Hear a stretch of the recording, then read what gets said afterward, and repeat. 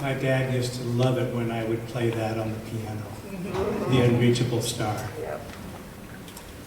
I don't think there was too many stars that were unreachable for our friend Jerome Chandler, however.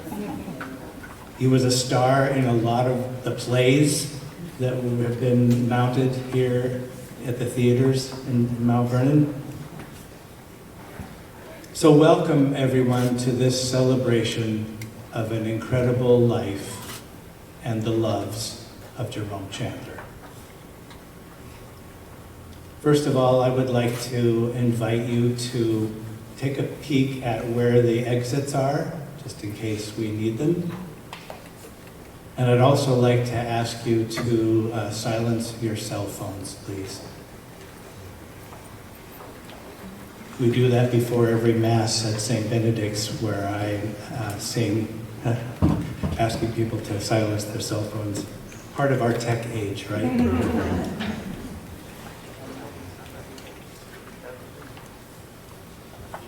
So we have a few selected readings for this morning.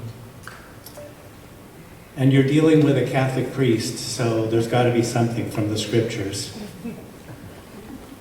So I've chosen Hebrews 12, 1-4, because I think it represents Jerome's life too. And we read there, "Persevere in running the race that lies before us, while keeping your eyes fixed on the prize."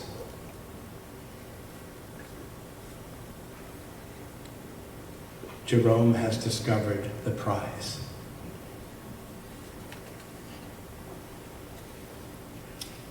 And I would like to read some of his musings from what he called his final musings.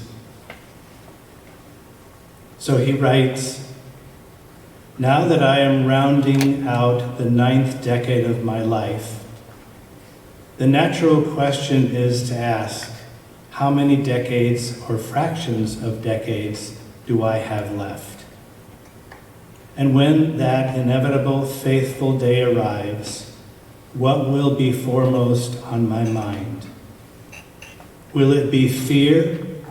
A fear of death is a common theme in human thinking because of the great unknown. Will it be relief?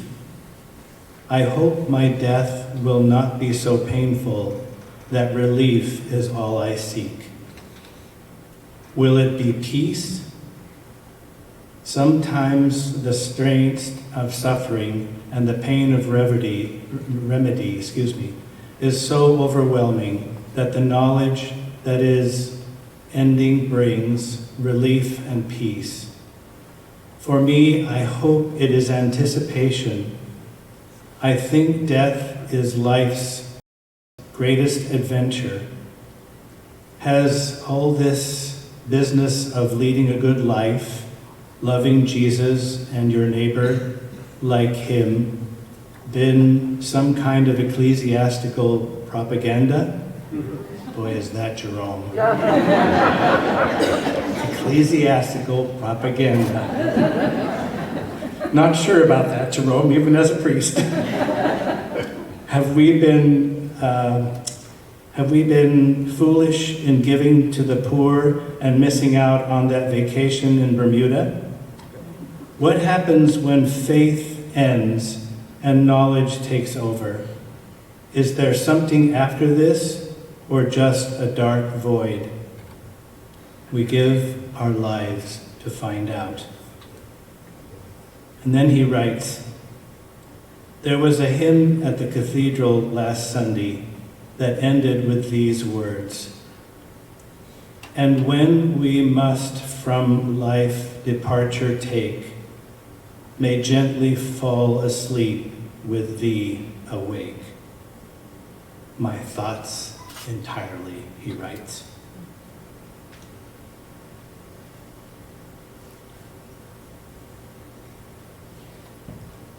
I'm glad that the family is sitting right here, so if I forget something, they'll be sure to let me know. But now we'd like to offer this offertorium from the Requiem Mass recorded by Jerome, Chandler. And the translation to the words, which are in Latin, are on the back of your program. Domine Iesu Christe, Rex Gloriae,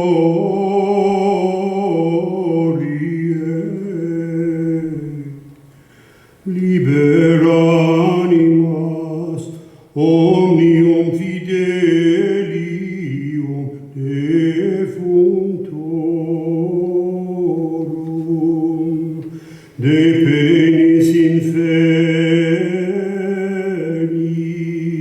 et de profundo lacu, libera eas de ore leonis,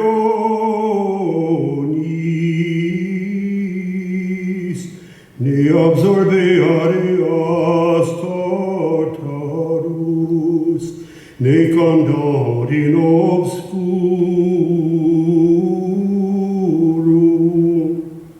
sed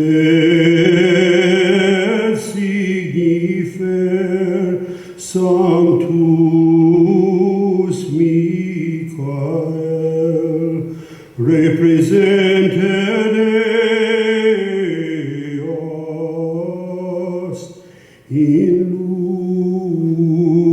lucem sanctam, quam olim Abrahe promisisti,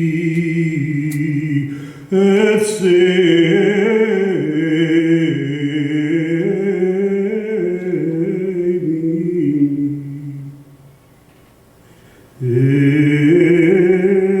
Eus, hostias et preces, tibi Domine, laudis offerimus, tu suscipe pro animabus illis, quarum hodie memoriam facimus, faceas Domine de morte transire ad vitam, quam olim Abrahe promisisti, et Eus.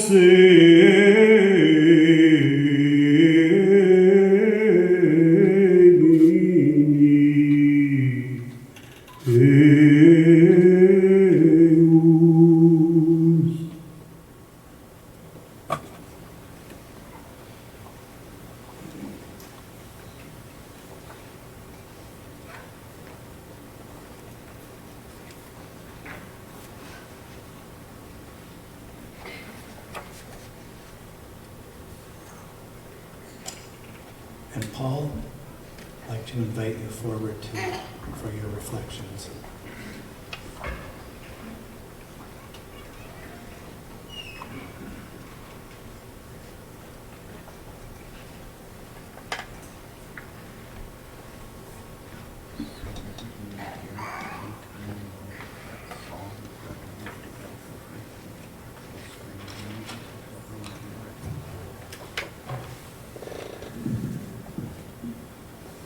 Well, it's reflections, so here it is.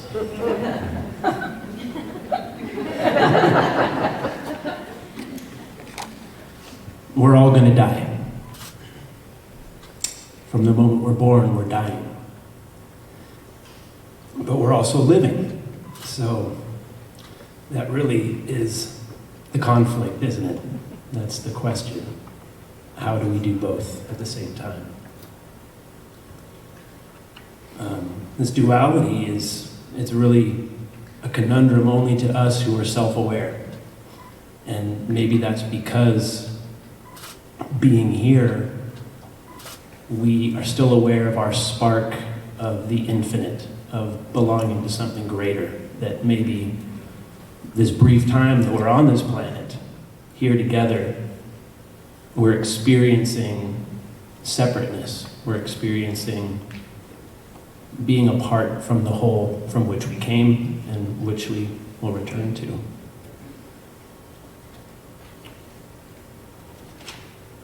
While my dad was in the hospital for 3 weeks recovering from his surgery,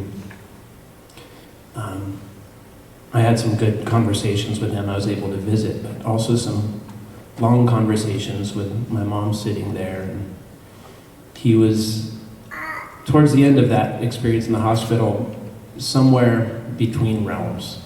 Sometimes he was quite lucid and fully aware of his present surroundings, and other times he really was partly somewhere else, wherever that may be. And it was a profound experience and gift to be able to be there with him. As pragmatic and scientific as he's always been, he's also been completely faithful and open to the wonders of the unknown. And so it was a pleasure to examine that with him in that state. One particular phone conversation that I'd like to share. At that point, his voice was a bit not as theatrical as he'd been in the past, but he was very earnest over the phone. And he said, "One thing I can assure you, as truthful as I have ever been and have been my entire life, everything I say here is truthful. I am God. I am with God. You are God. And Mom, you, all of us are God." I believe him.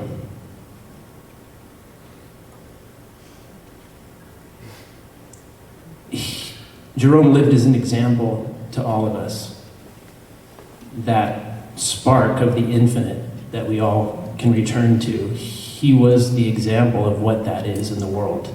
To show kindness, generosity, to show courage, humor, service, faith, patience, determination, generosity, strength, compassion, zeal, wonder, and most importantly, love.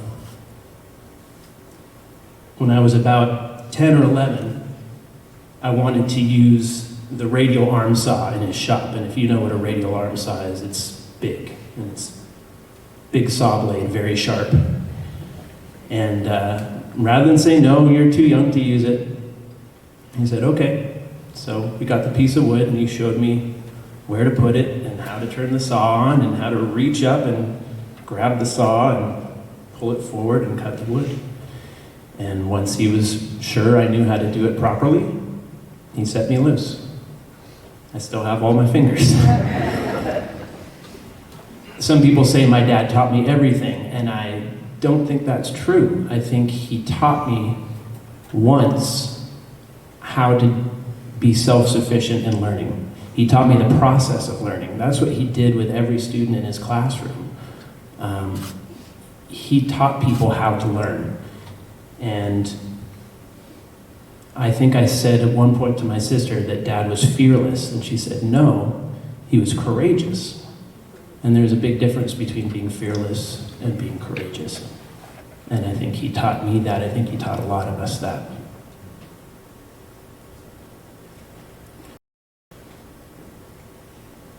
We all have Jerome stories, and he loves stories. So many evenings of our childhood, with many of you here, we would have a wonderful dinner and we would move into the living room and my mom would maybe play the piano. My sister and I would maybe have to pull out our cello and violin and play some, and Dad would maybe play Plastic Jesus on the guitar. And then it would turn into story time. It would be, "Dad, tell us about the time you sleepwalked into the dean's office in your underwear and woke up not knowing where you were. Tell us a story about the time you got bit by a burrowing viper and you looked up and seemed, interestingly enough, that people died 10 days later, so you threw yourself a party on the 9th night and hoped for the best. Tell us the one about you being invited to eat the pudding that you thought had raisins in it, but instead it was frozen ants looking up at you. Or tell us the story about you meeting Mom and the time you hiked Electric Peak and got caught in a lightning storm and barely made it down alive, and they were about to send out a search party for you.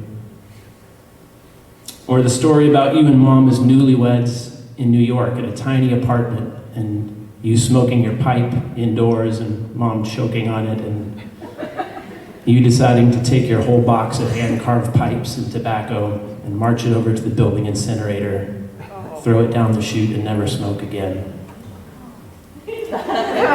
And Mom packing pocketfuls of carrots for him to go out and walk with so he had something to munch on. Could go on forever, I won't.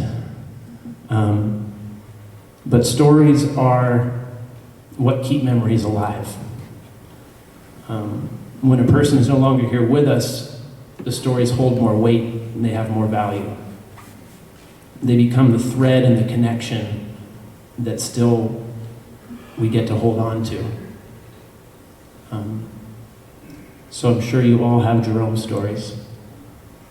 And I hope everyone here continues to create their own stories to be remembered by, because that's really all that we have once we're gone. And we will be gone.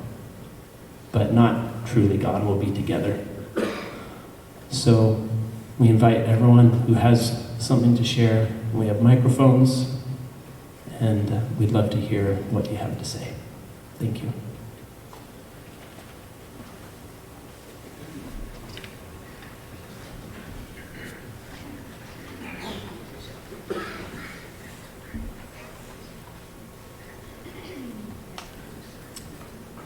Before we start that sharing, though, I would like to share something that Anne shared with me when we were having lunch together planning this day. And it's from an interview with Leonard Bernstein. And the interviewer wrote this: "In every aspect of his life, Leonard was a boundless enthusiast. He informed me that the word enthusiasm is derived from the Greek word adjective entheos, meaning having God within, and with its attendant sense of living without aging."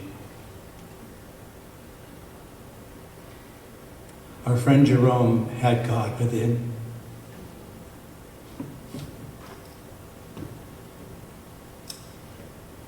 And he knew that that's where he was headed to, into the arms of his God.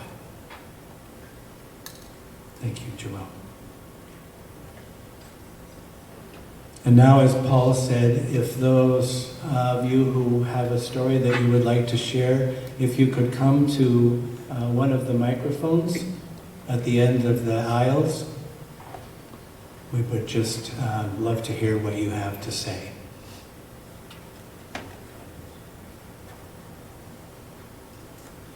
So just take a moment.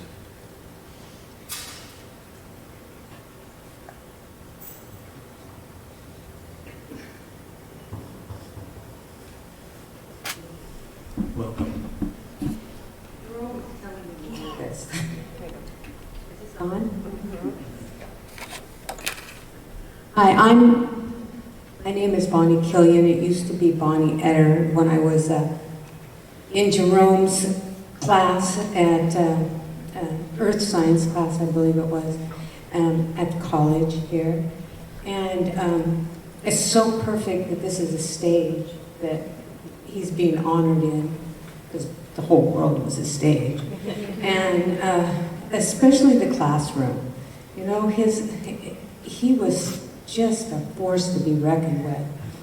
And in his classroom, he often used props. They were, he was explaining plate tectonics, he was waves, all kinds of stuff. He was going all the time.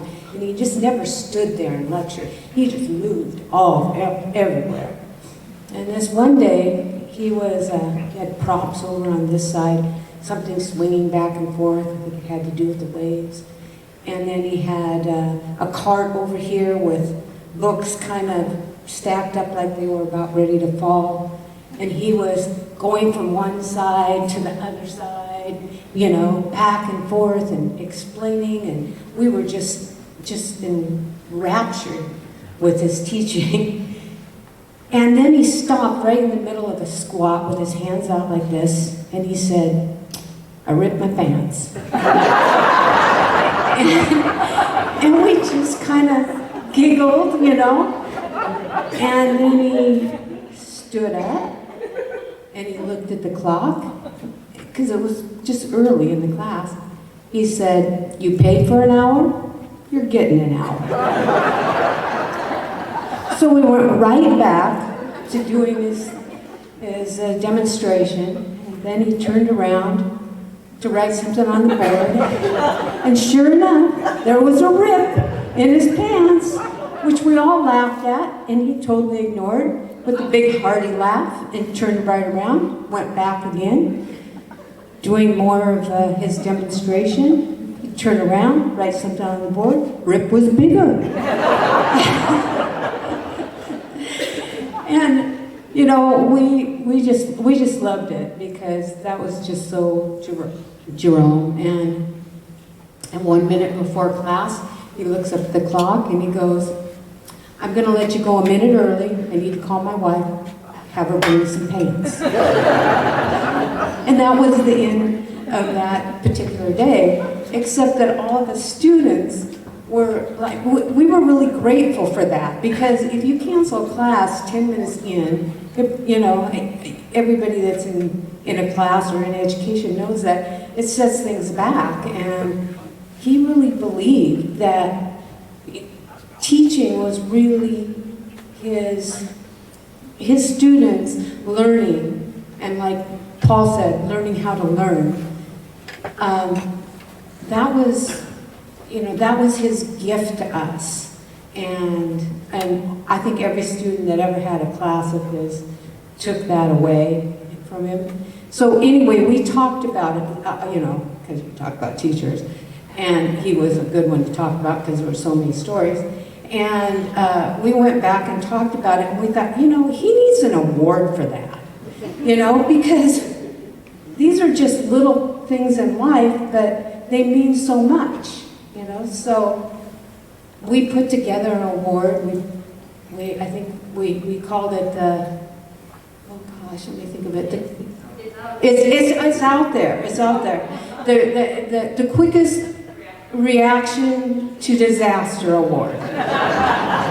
And we framed it and gave it to him. I went in and handed it to him with a bunch of people behind, and he was just so proud of that over the years, when we would meet somewhere at some common soiree or, Lincoln Theater or something like that, and he'd go, "Oh, Bonnie," and he goes, "She gave me an award," and then the story would come out again, and then he would just laugh, that beautiful laugh that he has.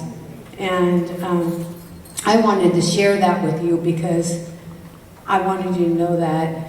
Well, you already know it, but I wanted you to know that how much his teaching meant to me as a student, and how it shaped me as a future teacher.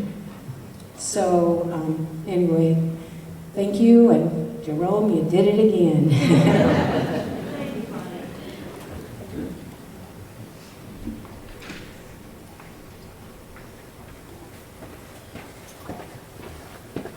Other stories?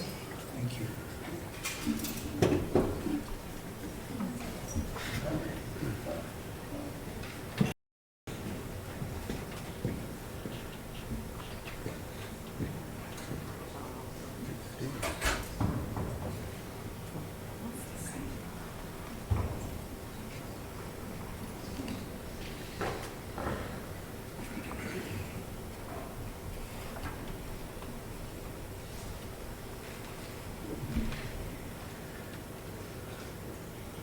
My name is Mary Ann Ward, and I have been the president, kind of an honorary title with quite a bit of work behind it, of an organization called Ghana Together.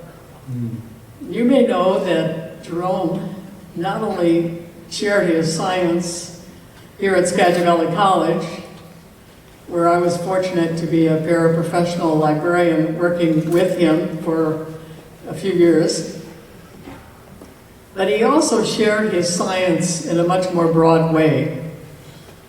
We started working in Ghana because the HIV crisis there had led to a lot of children who were what they called orphaned or vulnerable children, basically children on the street.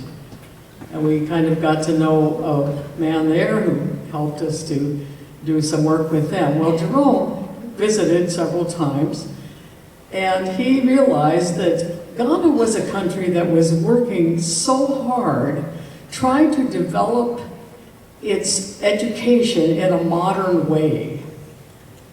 And he found them very lacking in science education. And so he started to use all of his energies, and he put together a workshop, first of all, and I was there with him. We worked together, by the way, for 15 years on Ghana projects. He had been there before, even before he was connected with us dear Celia, for 10 years as the headmaster and sort of science guru of a St. John's College in Second D, Ghana, so he was very familiar with the country. And he decided to really put his efforts behind science after he retired, and he joined Ghana Together, and he was on our board of directors, and he visited with us a few times. He gave an absolutely wonderful workshop that was backed up by a book that he and my husband wrote together. Basically, my husband was his honorary student, and Jerome put together a hands-on science manual, particularly directed what we would call about grades, say, 6 through 9, sort of the junior high level. And then he roped in quite a few of his friends, many of you are probably here today, who gave money or objects to help with the hands-on science. Because what they had was basically rote science, and Jerome said, no, no, no, they've got to actually, do stuff. And so he went, and the first thing he did was a workshop and I was there, for about 50 or 60 junior high, and maybe what we would call very upper elementary teachers. And it was just, they were just mesmerized by it. And then he started to put together and brought together a lab with all the equipment you need for hands-on science. Telescopes, lots of measuring devices, I don't even know, everything that we put together. We shipped some of it, we brought some of it in lots of suitcases. We set up a whole lab. And we set up a science room in a children's home that we had built with the help of Boeing. And the junior high classes that were within walking distance came up for several years for hands-on science in that room with their Jerome-trained teachers. And then, when they started, about 12 years ago, a girls' high school, because so few girls could even read, or most of the women there could not read or write. They were not schooled. And the first thing that happened was one of our team sent to the 22 first girls in that high school 25 scientific calculators with Jerome's total approval. And then we moved the whole science room over to the high school, and he continued to improve the resources and materials they had, and work with the teachers there by distance, not so much. He did go a couple of more times to work with them, Today, there are over 800 girls in that high school, and they have 6 full-time science teachers, and they advertise themselves as the high school to go to if you're a young woman in Ghana and you want to go into the direction of science.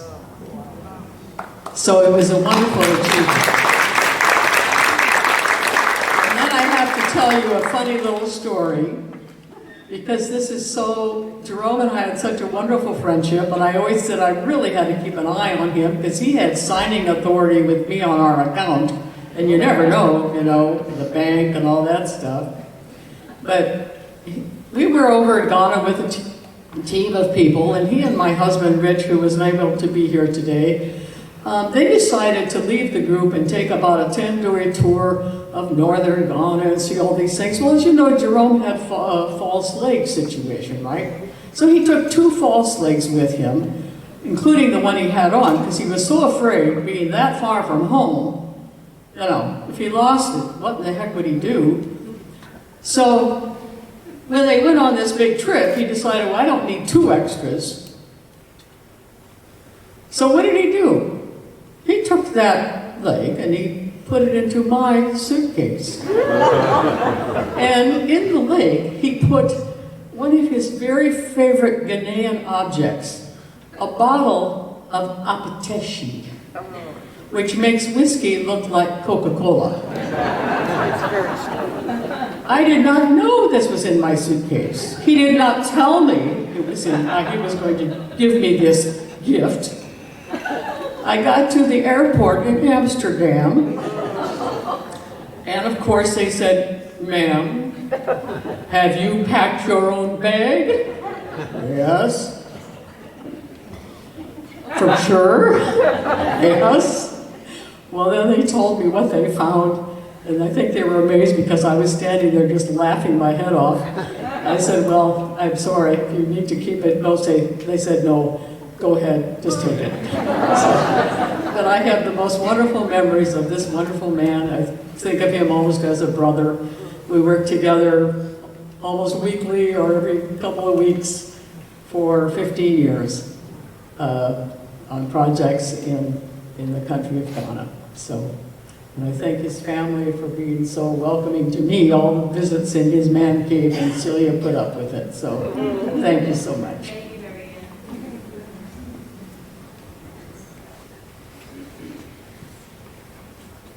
Thank you.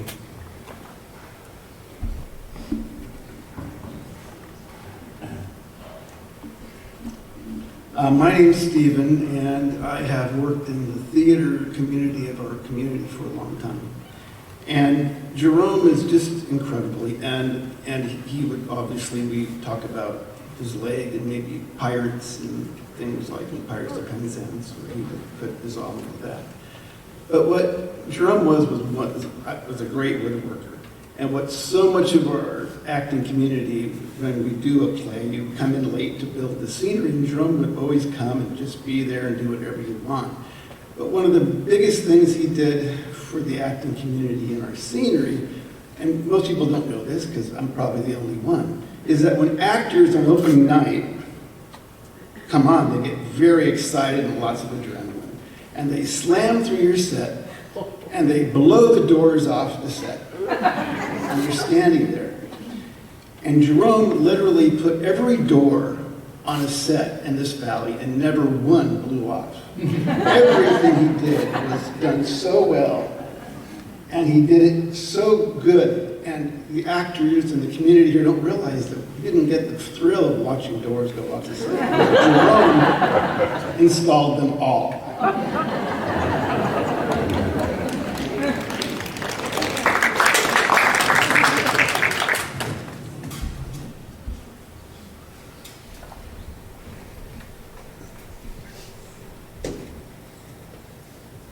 My name is Miriam Lancaster, and I probably have known Jerome the least amount of time of anybody in this room. About 2 years ago, I got a call from the organization that I volunteer with, which is Days for Girls, the Stanwood Camino Island chapter, and they asked if I would take some sewing supplies to a person named Jerome Chandler, that he wanted to sew some of the Days for Girls kits. And so I took them to him, met Celia, and found out that he was an expert. We don't call men seamstresses, we call them seamsters, not teamsters, but seamsters. And that he was an expert. He sewed components for our Days for Girls kits. He was very impressed, and I think Mary Ann Ward had something to do with him learning about Days for Girls. He learned that one of the reasons that women and girls around the world drop out of school is because they don't have their monthly supplies for their period. So Days for Girls, we sew washable kits, and one washable kit will keep a girl in school for up to 6 years. So that was something that was very important to Jerome. Women in education is very important. In those 2 years, he started when he was 88. So if you think you can't do anything when you're retired, that's just not true. Jerome certainly did. He sewed almost 2,000 components to go into these kits. And so some of those will go in one kit, some will go in another, some will go in the same kits. But probably close to 2,000 girls and women around the world, because of Jerome's sewing in just 2 years, those girls and women will be able to stay in school, women will be able to stay in the workplace, and an 88 to 90-year-old man had a part of it. But he didn't only sew. This will come as no surprise to most of you. He also rewrote the directions. One of the things that he had to do was thread a ribbon through the drawstring bag. So he invented not one, but 2 ribbon threaders, which we are still using today. And he just really made a huge impact on girls and women around the world. He also donated a quilt that he made that we auctioned off on my Facebook page, and got a nice donation, which he wanted to go to Days for Girls Ghana, and that did happen. I have one more thing that I want to say about Jerome, is I had 2 visitors from out of town, and I took them on all the tourist things, up Chuckanut and out to eat, and we had a picnic on the Sound. And I said, do you mind if we stop by Jerome and Celia's house? I have some things to pick up from him and drop off. Yes, that would be fine. So it was a lovely warm day, and we had a nice visit in the backyard and the courtyard there. And Jerome just entertained us the whole time. And we laughed, we had a great time. And when my 2 friends left that day, I took them back home, they said, you know, we did so many things. We even went to the San Juan Islands, but our favorite thing was visiting with Jerome. So in 2 years, Jerome has been such a personal blessing in my life. I learned about aging in a way that really makes a difference in the world. And I just learned, really, Jerome made me want to be a better person. And I think he had that effect on so many lives. And thank you all so much for letting me be a part of his life. Thank you, Mary.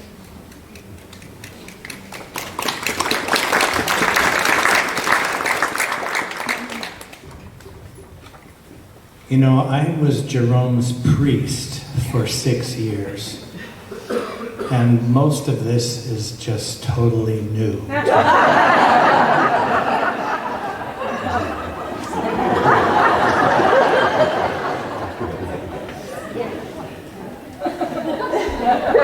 How did that happen?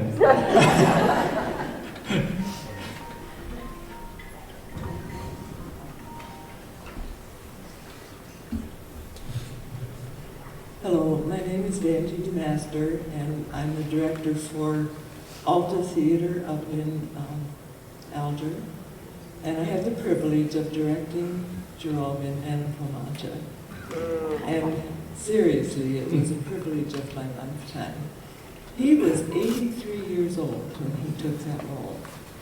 And at the auditions, he absolutely blew us away with his voice and his whole manner. He just was so strong. And I do remember one time he came up to rehearsal and he told me that he had run out of gas just before he got off our side. And he had just enough gas to get up and into the gas station there. And I said to him, and probably without a cell phone? And he said, I do now. But one of the best parts of that play was the standing ovation he got inevitably after singing The Impossible Dream. It went on and on. I mean, 10 minutes we're talking. The rest of us backstage looked at each other and said, I've never seen this before. And then at the end of the show, there was another standing O. And it was for the whole show, but it was truly for Jerome. And I didn't come prepared, so I'm just going to read what I put on a card to the family. What a privilege it's been to know Jerome, and especially to have him perform in 2 of Alta's plays. Each one of us was so enormously blessed by his portrayal of Don Quixote. I know you're receiving word from all over like this, but for our little community theater, it really was a capstone. May God be blessing you each one as you make all the necessary adjustments. Thank you.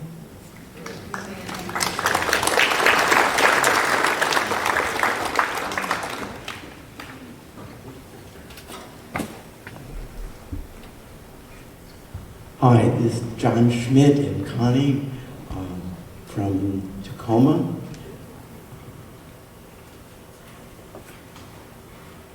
Jerome and I shared the experience of both meeting our future spouses under some very harrowing circumstances in Yellowstone National Park. Have to wait till the movie comes out for that one. But met Jerome and Celia, first of all in New York City, working with ministry and national parks. And among surprises, Jerome and Celia met me at Evansville, Indiana, on the way to Lincoln Boyhood. And his welcome and encouragement and personal interest will never be forgotten. Wanted to make sure I would be here with you today to remind you, and maybe especially Celia, how effective and sensitive and long-lasting those raucous laughters, those small insights, that personal care enriched our lives and you, dear friends. So here we are, you know, between the spark, the dream, and the surprise and the ultimate prize. Thanks, Jerome. And I would add, what a gift to listen to one another. And we can do that every day.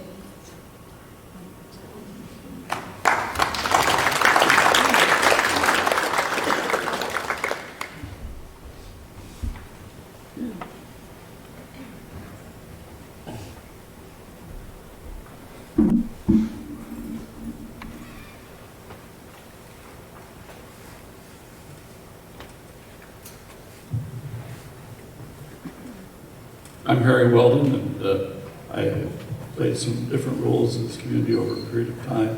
One of my roles was that of Director of Music and Liturgy at Immaculate Conception Parish. And for well over 10 years, I'm sure it was, that Celia and Jerome served our Saturday evening Mass service by chanting and playing musical instrument of the organ for the service. And he was always so good at everything he did. And every week there was a different psalm that he had to sing in one form or another. Maybe it was a chant, maybe it was with the accompaniment, maybe it was something out of one book or another. And he always was ready. I remember one other occasion, which Father Tom will also remember, and that was the time we did the Christmas Eve Mass here at the college. So it was a whole community-wide thing for all the parishes in the valley. And that night, Jerome did the Gloria for that Mass with the Mass of the Bells, which he came and did for us, and very effectively did that for all the people that were there for that particular occasion. He was a very versatile person with a lot of ideas and a lot of things that he could do. And I think that's one of the things we'll always appreciate for him. One of the little memory that I have in one of his theatrical, I think it was a Gilbert and Sullivan production, he had as we all know, had the one foot gone. And he had he was playing the role of a captain in the military, or in the Navy. And he came with he went and had a wooden leg made for that one thing. Peg leg. Yeah. And had it on when we did the show. I thought that was always remarkable. He made everything work. And no matter what it wasn't going to stop you.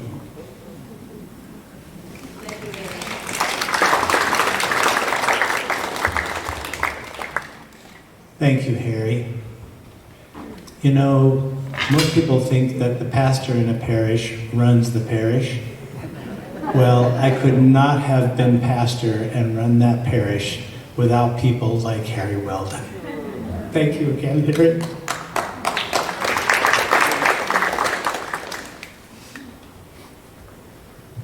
I'm Kathy Gowan, and my story about Jerome is when I was in nursing school at Skagit. I was also taking Jim Monroe's class on the body, right? And a woman in my nursing class worked in a bar and knew a stripper who was going to go to national finals to show off his muscles. And I hired him to come to Jim's class because we were taking this anatomy class and had to know the attachment of every single muscle in the human body. But my dilemma was we had all these sweet young things in the anatomy class, and I didn't know how appropriate it was to have a stripper come in, so I went and talked with Jerome. We came up with the idea between us that it would be okay if he came out already stripped.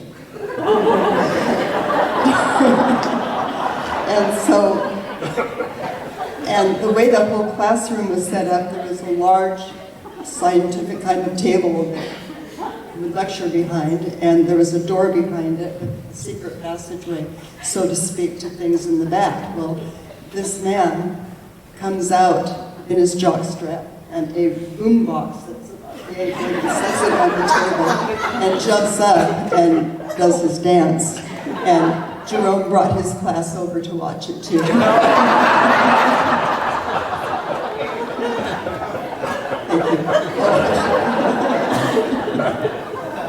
Yeah, I've never seen muscles like this man had. It was beyond belief, you know, and so the whole lecture kind of turned in about steroids because this unfortunate person was on steroids. And it was a very informative day.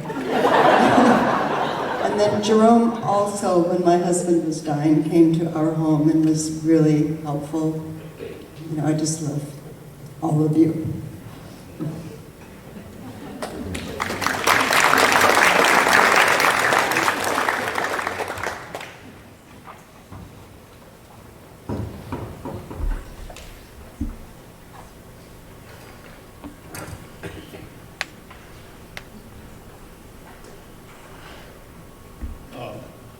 I don't suppose it surprises anybody that I was involved with Jerome in a different sort of volunteer organization. He had apparently an unbelievable energy. When I first met Jerome, it was, I think in the fall of 2004, we just moved here, and I began volunteering with Habitat for Humanity. And that Christmas time, we had a luncheon, and folks had told me that Jerome and Celia would come to the luncheon. It turns out that he hadn't been coming to the work because he'd had his leg amputated. So the first time I met Jerome, he came into the Denny's restaurant with a little knee cart that he could lean his knee on and pedal around. And he came into this restaurant like a whirlwind, sliding around the tables and impressing everybody there. So he was quite a show. And he didn't come back to work immediately, so I assumed he was rehabbing. But 6 weeks later, I saw him have the role of Joseph's father and Joseph in the amazing many-colored Dreamcoat on this stage, and dancing and singing, and he made a quick recovery. But I would see him many days as we were building houses over in McIntyre. I would see him riding his motorcycle back and forth across the valley, and to make it easier for him, he would wear his tool belt while he was on his motorcycle. And you'd see him with his coat on, you could see the hammer handle and all that.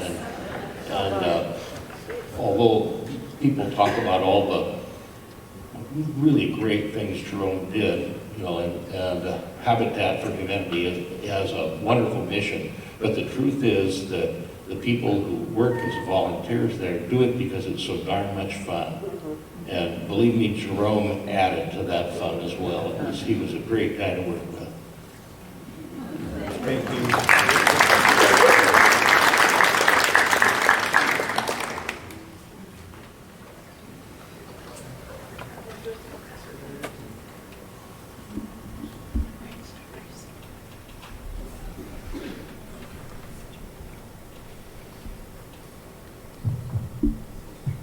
Well, thank you for this opportunity today. This is just wonderful. Thank you for gathering us. My name is Joan Penny, and in one of my career paths, take that off. I was academic dean and worked with Jerome for many years here at Skagit Valley College. And Jerome's incredible academic profile and incredible ability to explain the inexplainable to any student was an exemplary performance that we all became to know and love, and really put this college on the map in many ways. He is as much of a foundation of this college as the bottom brick is in any building we have. We won many awards at Skagit Valley College. He was part of the learning community, trends and phases that so many students saw the interrelationship between physics and even drama. And it's one of the beautiful things I loved about him, because he saw everything interrelated and he was able to pass that on to students. He would put the A in STEM. Science, technology, engineering, arts, and math. He would never leave it out. And we saw that every day with him in the lunchroom, whether it was limericks, or nasty, dirty limericks by Isaac Asimov, or in a faculty meeting. And I don't know how many times he was voted Faculty of the Year. His role in K-12 as a school board representative was formative as well. He kept those ideas and concepts about liberal arts in front of people. And we're all better for it. This college is very much founded on his love and compassion for academics. I know you know that, but it had to be said. And thank you for sharing him with us. And I don't know how much ab work we got done in the Skagit Valley Chorale when he sang with us, because it was not just singing. There was a lot of laughter with him too. And I know I'm a better person for having walked with him. So thank you.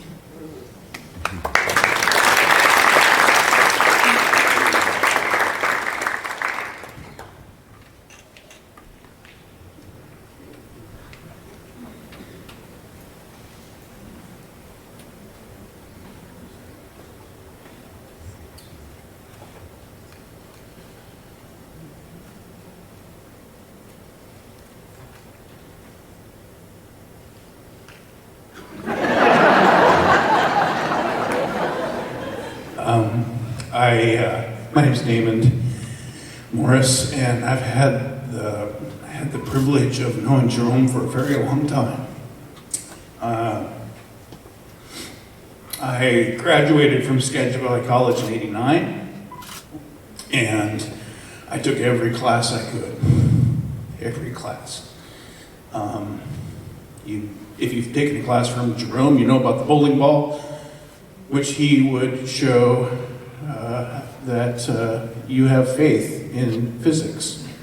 He would put the student standing in the room. He would be very careful that the student didn't lean into this project. And he would put a bowling ball up that was attached to a string or a rope or something, I don't know, some sort of concoction that he made up. And he had a trigger that was released. It released the bowling ball, so it was always exactly released. No more kinetic energy than needed. And so in the science class, he put a student in front of the bowling ball, and the bowling ball right up to the student's face. They had to trust in physics. And he would release it, and the bowling ball would go out, and the entire class would sit there and watch it as the bowling ball came back to the student's face. As long as the student didn't lean in, they were fine. He had a story about that too. So I had the privilege of acting with Jerome on stage at the Phil Taro Theater with Andy Friedlander directing a wonderful play called Cinderella Waltz. And he was in almost every iteration of Beth and Farce that Andy ever did as well. But in Cinderella Waltz, his line was, "I can't find my pants. Where's my pants?"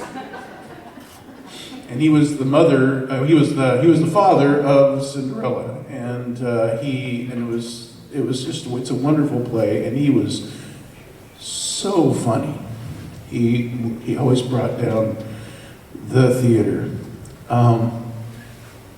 Coming back as the director, the chair of the former drama department at Skagit Valley College. And having the privilege, I lobbied, I have to admit, I lobbied for Jerome. And I asked if he could please play the Apostle Mark. And, he's Catholic and he knows about Mark. And he agreed. He thought that, and it was this wonderful play called The Last Days of Judas Iscariot. Ernest Tutt played Jesus, and it's an incredible play. But you have to play more than one part. You don't get to just play Mark. You also have to play these other characters. And these other characters, well, they're very well written. They swear a little bit, and one of them quite a bit. So I'm so thankful that Celia let him do this.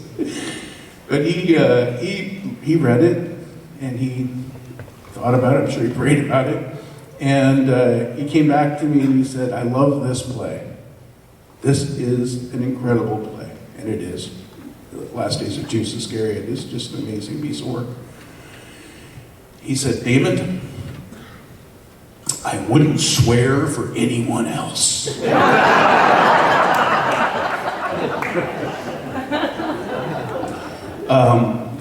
His performance in that show were absolutely amazing. And his presence on stage was electric. You couldn't help but watch him breathe, let alone work, and then sometimes struggle with his lines. Sometimes he had, especially later, he had struggles. But he said, because by that point, he had the artificial leg. He said, "Damon, I have one request. I'll swear for you, but I have to be all on the same level. I can't walk down steps. I designed the entire show around Jerome. I made sure that he never had to walk on a step. And the show was absolutely incredible. So I had the privilege of seeing him in the classroom. I had working with him on stage as an actor, and then directing him. And he is something else, and will always be with us. Thank you.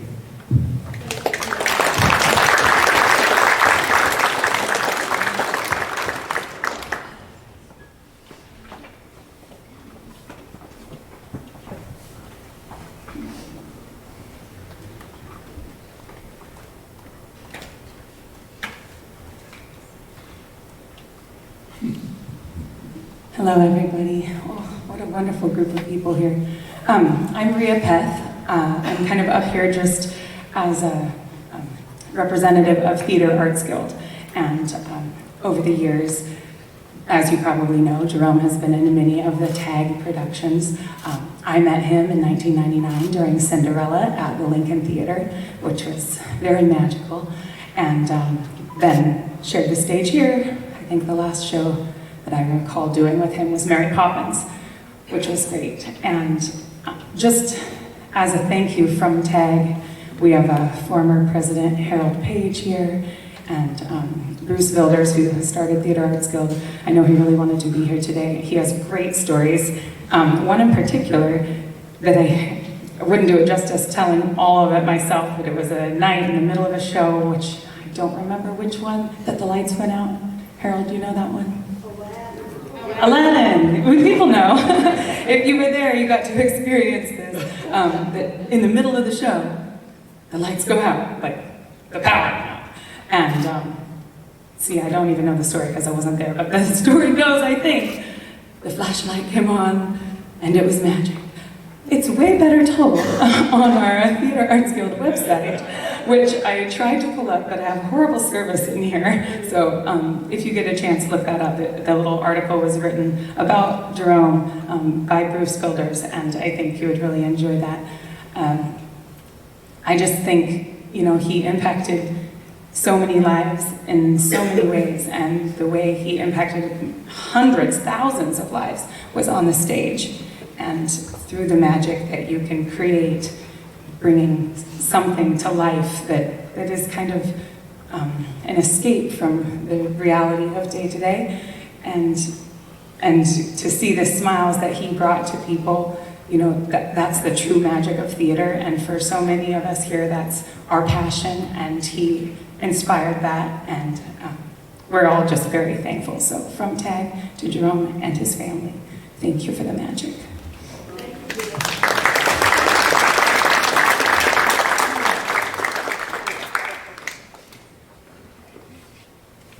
So I'm married into it. I'm Matt. I'm Ryan's husband, Jerome's son-in-law, and I think the one thing that has kind of risen to the top of my mind lately has been the realization that not everybody has a Jerome in their life, and I kind of took it for granted. And I met Jerome when I was, so over half a lifetime ago, and out of the gate, I felt like I kind of knew him in the Chandlers forever, and he was always the best father-in-law you could possibly want. But more than that, he was Jerome. Of course, he's Jerome, but then lately, again, it's kind of dawning on me that not everybody has a Jerome in their life. Certainly not everybody's father-in-law is Jerome. I just, in retrospect, ever so grateful for that in him in my life. I mean, he's had such a huge influence on me. And I don't have any one particular story. Well, I mean, I do, but the thing that comes to mind is all of the home improvement projects that he helped me with over the years. And at our old house in Shoreline, and maybe a little bit at our new house in Lake Forest Park. So the theme with all those projects was blood. I would turn around, working on something, and there was just blood. Where's the blood? It's not me, I don't think. And he would not notice that he was bleeding over everything on every single project. So there's always blood. So now whenever I'm working on stuff and I see some blood that I didn't realize I had let, I think of Jerome and reminded it how the project was the important thing, not the fact that he might be bleeding all over it. And yes, and just reminded me that so in all of these projects we work on together, there is a stamp. There is a DNA proof of us having worked on together. And not only that, but we, probably more than one tool, certainly a multimeter was permanently installed in a wall. So we left tools behind inside the wall, right? So yeah, so when somebody opens those up in the future, there will be blood and tools to greet them. Anyway, he'll always be with me and always be with us and our boys.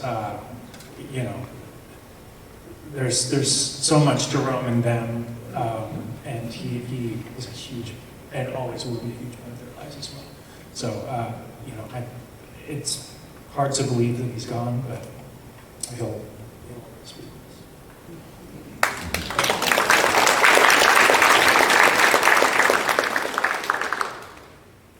Well, I think that probably we should bring this to a close, because I'm sure there's many, many, many more stories where those came from. But thank you for everybody that has shared something with us.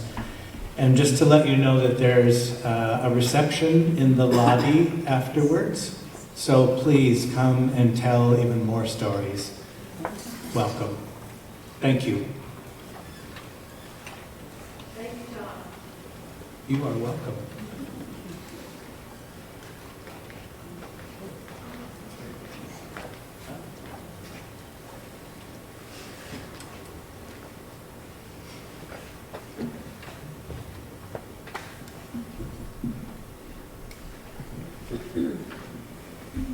I wasn't sure what I was going to be able to say, how to collect all of these things together into one thing, and then a friend shared a poem that said most of those things way better. So this is called For a Father, and it's by John O'Donohue. The longer we live, the more of your presence we find laid down, weave upon weave within our lives. The quiet constancy of your gentleness drew no attention to itself, yet filled our home with a climate of kindness where each mind felt free to seek its own direction. As the fields of distance opened inside childhood, your presence was a sheltering tree where our fledgling hearts could rest. The earth seemed to trust your hands as they tilled the soil, put in the seed, gathered together the lonely stones. Something in you loved to inquire in the neighborhood of air, searching its transparent rooms for the fallen glances of God. The warmth and wonder of your prayer opened our eyes to glimpse the subtle ones who are eternally there. Whenever, silently in off moments, the beauty of the whole thing overcame you, you would gaze quietly out upon us, the look from your eyes like a kiss alighting on skin. There are many things we could have said, but words never wanted to name them. And perhaps a world that is quietly sensed across the air in another's heart becomes the inner companion in one's own unknown.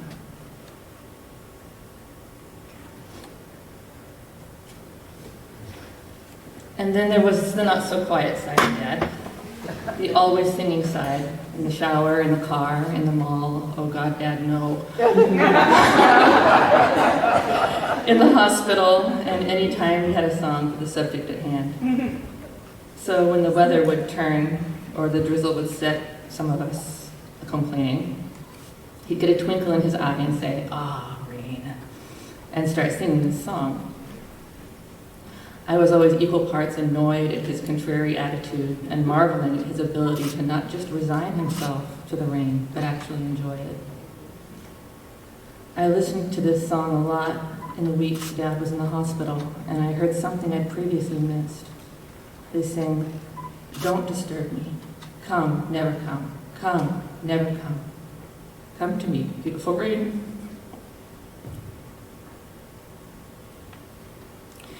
It revealed to me another dimension to Dad's optimistic temperament, that he could hold a contradiction in his heart and still see beauty there. Sun and rain, faith and science, apple fritters and lima beans, and life and death. The song says, "When the sun says goodnight to the mountain, I'm dreaming of the sun, but the birds are singing sweet for the night." Dad heard the birds, and he sang for the night, for rain, for science, maybe not lima beans. Last night I found a card that Dad was using as a bookmark, which said, "Everything is holy for those who have learned how to see." In the hospital, amidst his delirium and profound revelations, I helped him leave a voice message for a dear friend, which he closed with, "It's all good." I hope the next time it rains, literally or figuratively, we might think, everything is holy. It's all good. And maybe sing this song. Rain, rain, beautiful rain, don't you step in beautiful rain. Oh, come, never come, oh, come, never come, oh, come to me, beautiful rain. Oh, come, never come, oh, come, never come, oh, come to me, beautiful rain. Rain, rain, rain, rain, rain, beautiful rain. Rain, rain, rain, rain, beautiful rain. Oh, come, never come, oh, come, never come, oh, come to me, beautiful rain. When the sun says goodnight to the mountain, I am dreaming of the sun, say goodnight. When the sun says goodnight to the mountain, I am dreaming of the sun, say goodnight. When the sun goes down, the birds on the trees are singing sweet for the night. When the sun says goodnight to the mountain, I am dreaming of the sun, say goodnight.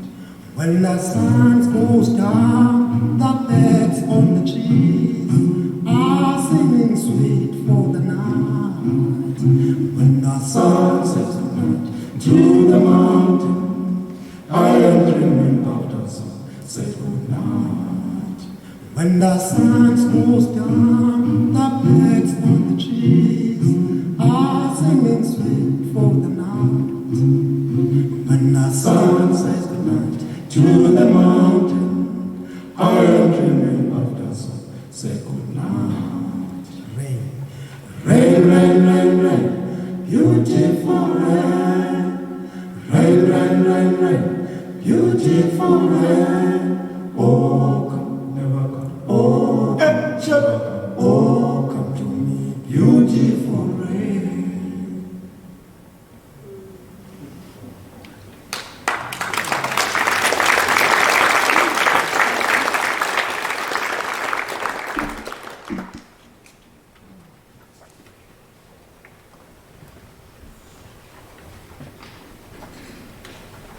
Thank you, Anne, for all of that, for your love for your dad.